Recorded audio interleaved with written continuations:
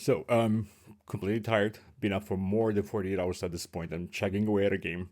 And I've had YouTube running in the background for, guess, the entire time I've been here at the computer. I've been trying to avoid anything related to the new Dragon Age for quite a few years because I wanted to jump in and, you know, make my own opinion, not actually come with preloaded feelings about the game and the work of the new team behind it. Because let's face it, it's a new team, and we're gonna talk about this more. Uh, but yeah, it's the past few weeks. It's just been impossible to avoid anything about it. So yeah, things are not looking good. Like for anybody involved, it's not looking good for the franchise. It's not looking good for BioWare. It's not looking good for the fans. And yeah, it's this thing that I love seeing, and that's the passion so many people out there have for the franchise and for the experiences that they had with the games in the series, especially Dragon Age Origins and Dragon Age 2 as well. But I have a feeling that, and it's my impression, there are some specific nuances that some of the creators on YouTube covering the subject have slightly missed, and I might be able not to cover those nuances, explain them properly, but maybe I can actually help them in asking better questions. I'm not a BioWare dev. To my knowledge, I've never met a BioWare dev. I've never worked for BioWare or for any EA related studio, so I got no skin in the game outside of somebody who went in the industry thanks to the experiences he'd had with Dragon Age Origins, and somebody who wanted to be able to create a game that can offer the same level of raw experiences and comfort and hope and despair that the game offered me. I'm just a tired indie dev at this point that survived another gruesome year and this beautiful, beautiful yet horrible industry that we're in. Now, I'm going to start out by saying that there are a few YouTube content creators out there that I highly recommend and I can commend for people to follow and listen to how an argument kind of needs to be handled in order to be successful. I recommend people like Greg Owen and Legendary Drops because they've been offering coverage not just on Dragon Age 4 but on subjects of similar importance or similar in nature, and they did it while both speaking from the heart while also calling it like it is. No exaggerating and no insults needed. Because here's the point, kiddos. What are you trying to achieve? Are you trying to solve the problem, or do you want to destroy or tear down the other part of the argument? Because it's an important distinction. The absolute second you're bringing insults in an argument, that's the moment where you lose all the power of negotiation and you lose any chance that the other side is actually gonna spend a damn minute thinking about the valid points you made. Because that's not gonna happen. They're just gonna stick their fingers in the ears and go like, la la la, you said that thing which is stupid and you made me feel bad and you hurt my feelings. So no, none of your points are valid and I'm not gonna listen to them and you're a shit person. It's just a blanket check to disregard all your effort, points, research, and passion. And many of us in the games industry, we learned this very, very early on, and we continue to gather this knowledge through experience over the course of many years. We didn't learn it through a guide, through an orientation manual, through a YouTube tutorial. We learned it by receiving feedback, learning not to be defensive, learning that our ideas aren't incredible, our mechanics aren't original, and the worlds we've created and we've put so much passion and soul in, they seem to be great because we have no better experience of another point of view, of a better work than our in that moment, because it's like the AKA effect. This chair I made is amazing because I built it. No, I do not like what I'm seeing out of Dragon Age Veilguard. It's not that I don't like it because of the art style, or the Marvel writing, or the wokeness and gender ideology and politics. I don't like what I'm seeing because I recognize things in the approach taken while developing this entry.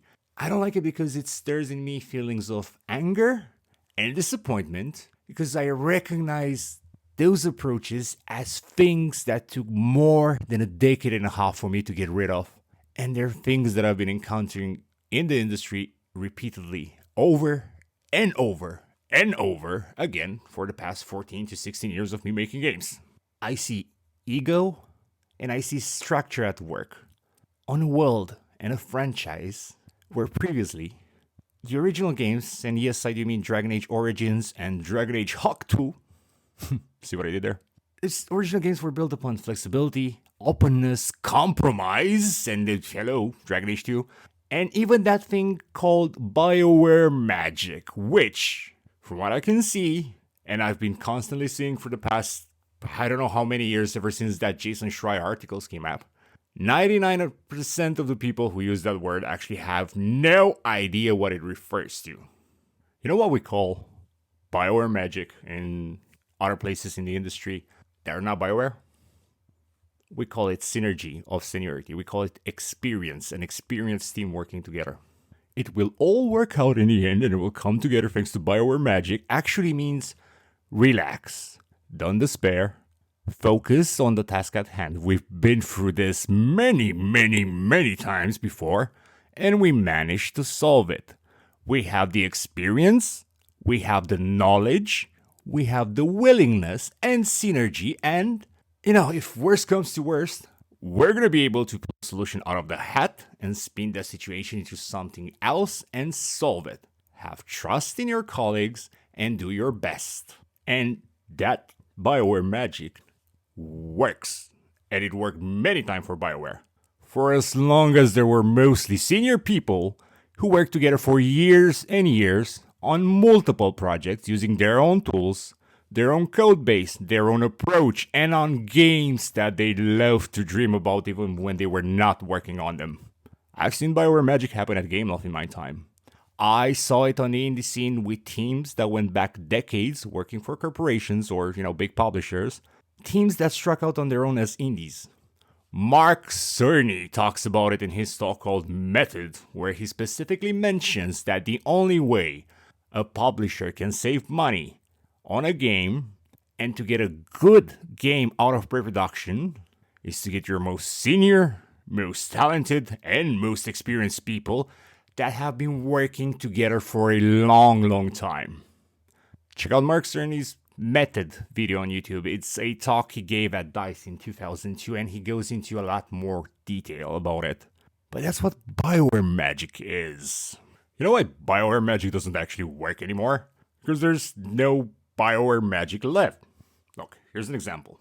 You take 10 people, and you get them working together for 10 years straight on 10 different titles using the same engine. After 10 years and 10 titles, on the same toolset, they're going to be able to shit quality projects one after another, and each one better than the one before. Which is what BioWare used to do for a long time. Now, you start growing. You want to make bigger games, so you bring 10 more new peoples in, and those 10 new people don't have that synergy that the OG 10 have or the experience, but you're still good because the OG ones are there, and no matter the problem, and no matter the situation, and no matter the clusterfuck that the new ones encounter or create, the OG ones are able to solve it and spin it and fix it thanks to their experience and way of working together, which is a multiplier in terms of productivity and output. And BioWare magic actually worked for a long time, right? But you start removing people from the OG10. You send one of them off to start a new studio somewhere else. You move one of them from the team in order to lead another project for somebody else or an entire new AP. And you end up with 6 people and 10 new ones and, 4 more newbies. Even experienced newbies. Even seniors, But it's not... The experience is there. But the synergy is gone. It's going to take a while to build it up. And as this happens, it gets slightly harder to pull a rabbit out of the hat. They're still doing it because they have faith and they're working together and everything's great and they know they can do it and they're still doing it.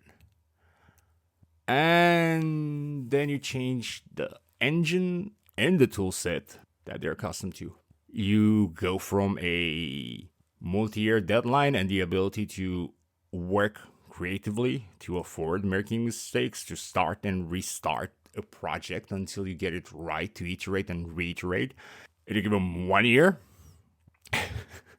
Oh yeah, and you guys can change their approach to game design. I mean, the last time that BioWare magic worked properly was in Dragon Age 2, where, against all odds, the team managed to ship a decent sequel in just about 1 year.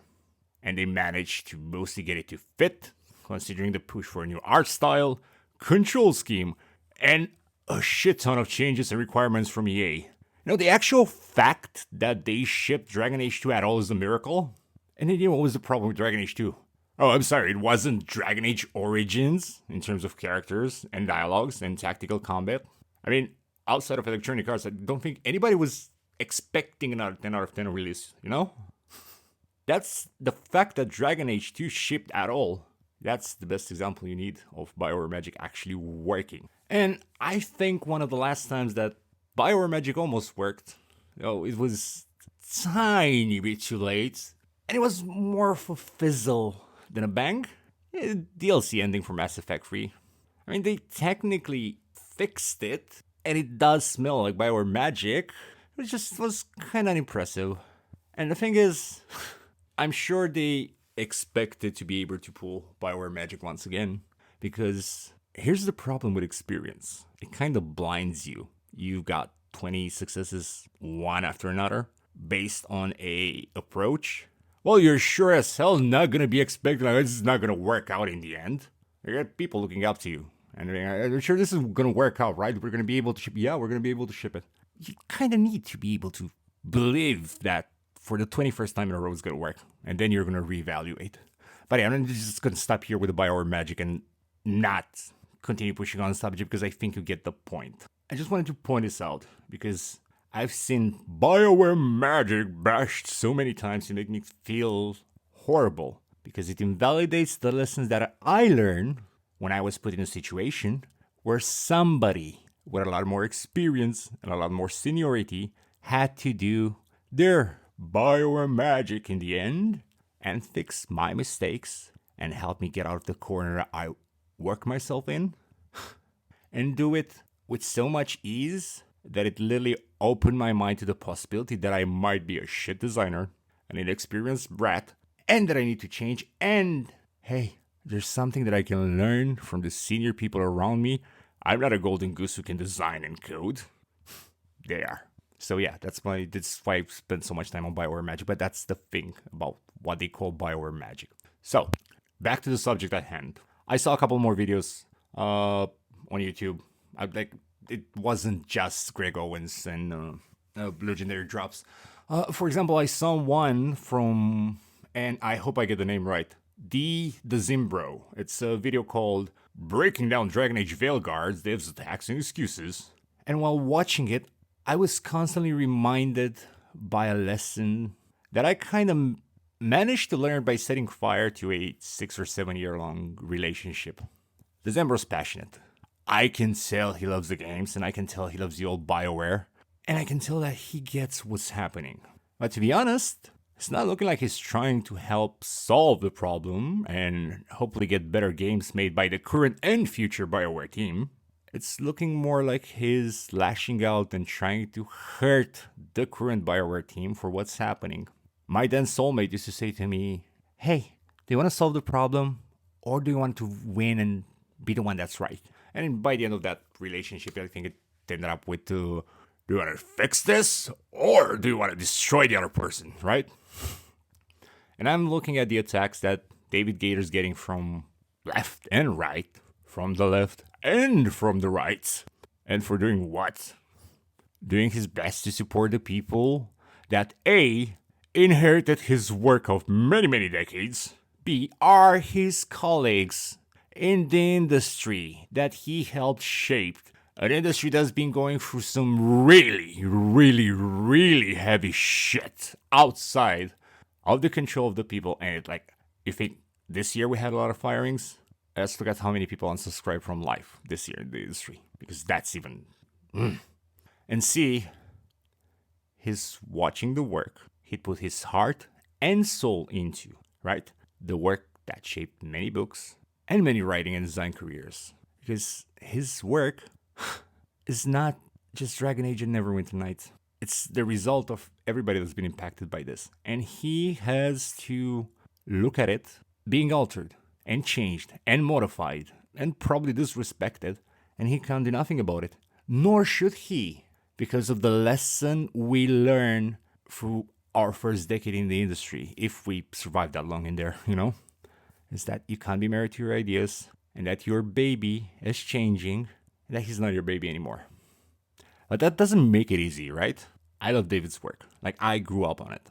His work and the work of his team, like I said, it wasn't just writing or words on the paper. It's inspiration, it's knowledge, it's solution. Like, David's work isn't Dragon Age and Neverwinter Nights or a few other books or some lines of dialogue here and there.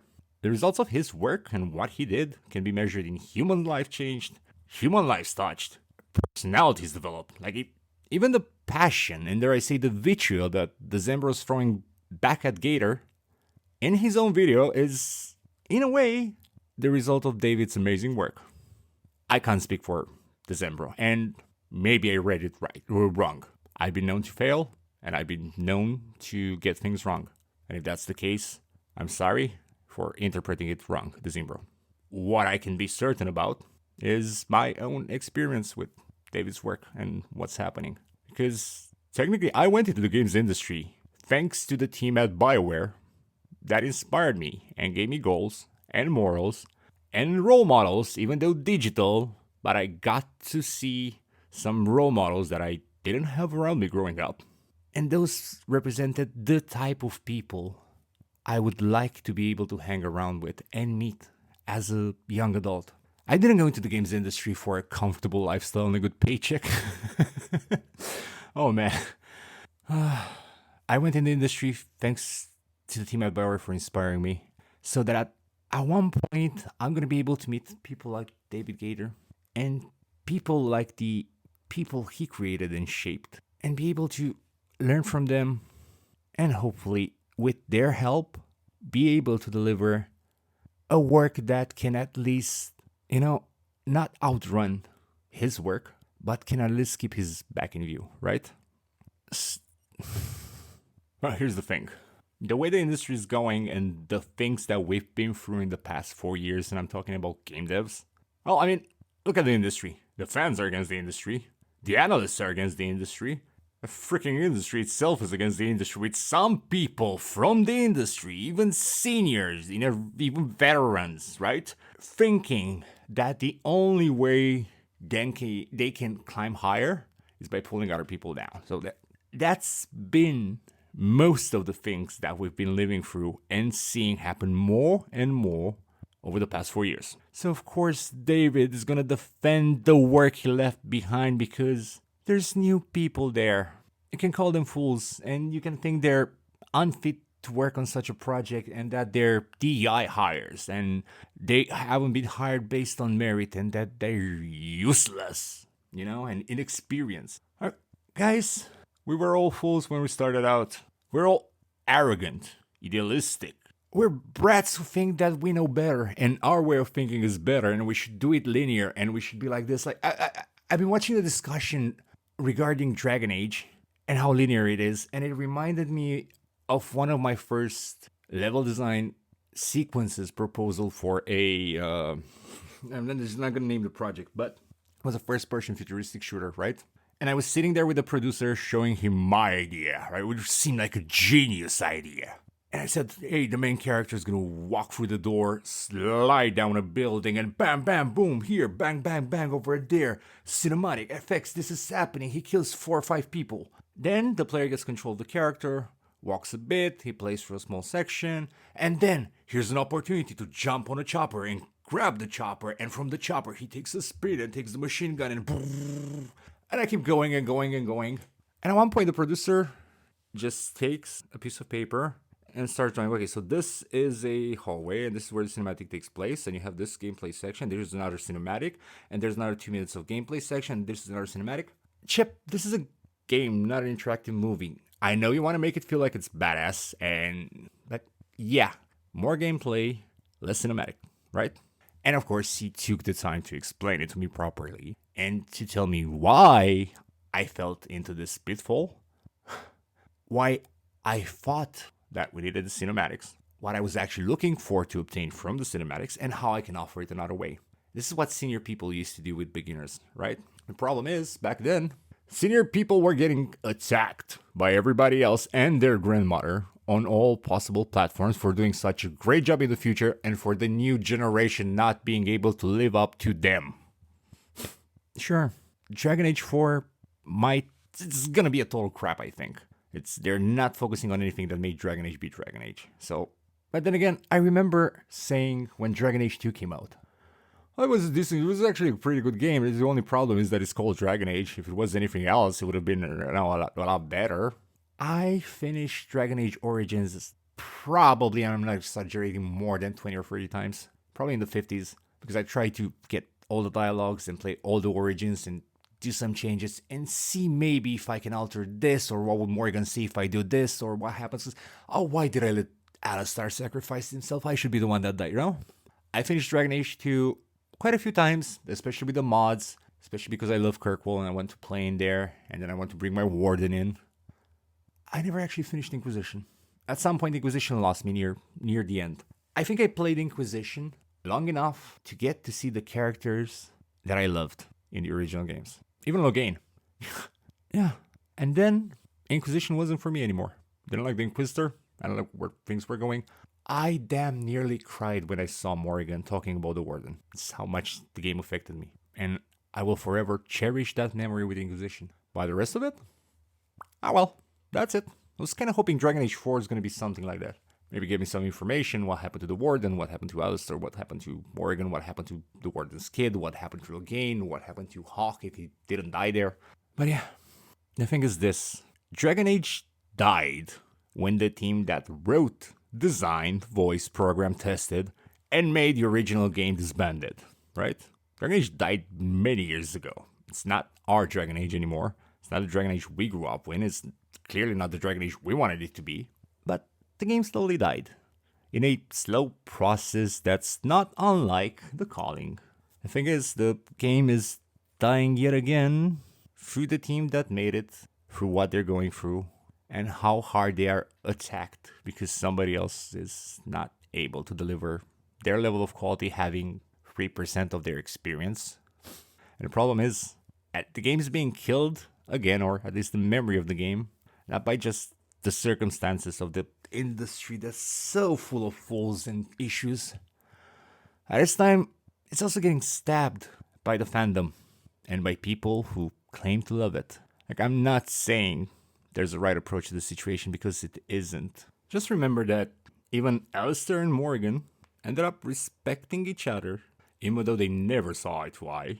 They did manage to work together to solve the problem and end the blight. Now, excuse me, I have my own crap ton game to finish and my own problems with the industry. Keep being passionate, keep showing the love you have for the industry and the game, and keep giving us reason to think that it's still worth it to make games. That there's an audience out there who actually cares about the game and the intent behind the creator. And if the new generation isn't up to your liking, give them about a decade. This industry has a way of molding you into, well, I'm not going to say a good designer or a good programmer or a talented creative, but as you spend more and more time in the industry, you get humbled and you become less foolish. And if enough people become less foolish and they develop some experience working together, and dare I say some synergy, be aware, because magic might be found there. Love you all.